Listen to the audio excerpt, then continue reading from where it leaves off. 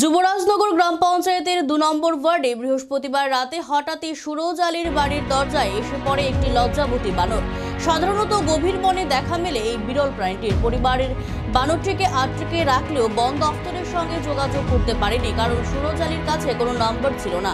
আজ সকালেও বন দফতর থেকে কেউ ঘটনাস্থলে আসেনি জানিয়ে ক্ষোভ প্রকাশ করেছেন স্থানীয় বাসিন্দারা। উল্লেখ্য, লজ্জাবতী বানর একটি সংরক্ষিত বিপন্ন প্রজাতি। বিশেষজ্ঞদের মতে বন ধ্বংসের ফলে এই ধরনের প্রাণীরা লোকালয়ে চলে আসছে। এলাকাবাসীরা বন দপ্তরের কাছ থেকে দ্রুত হস্তক্ষেপের দাবি জানিয়েছেন।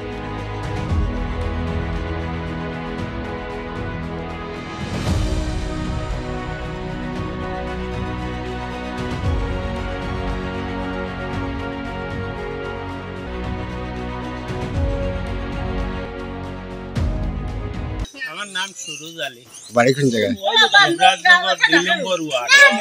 কিতা হইছে কেন ঘটনা?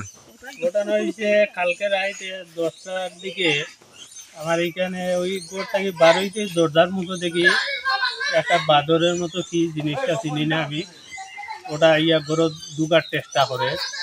এরপরে আমি এটাকে দরিয়া রাখছি। এখন আমি চাই আর এটা যে ফরেস্ট ডিপার্টমেন্টের লোক আইয়া এটা লইয়া যাও।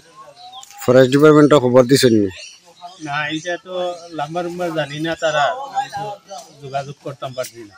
আচ্ছা, এখন যোগাযোগ করবা, আপনি করিয়া দিব ফরেস্টে।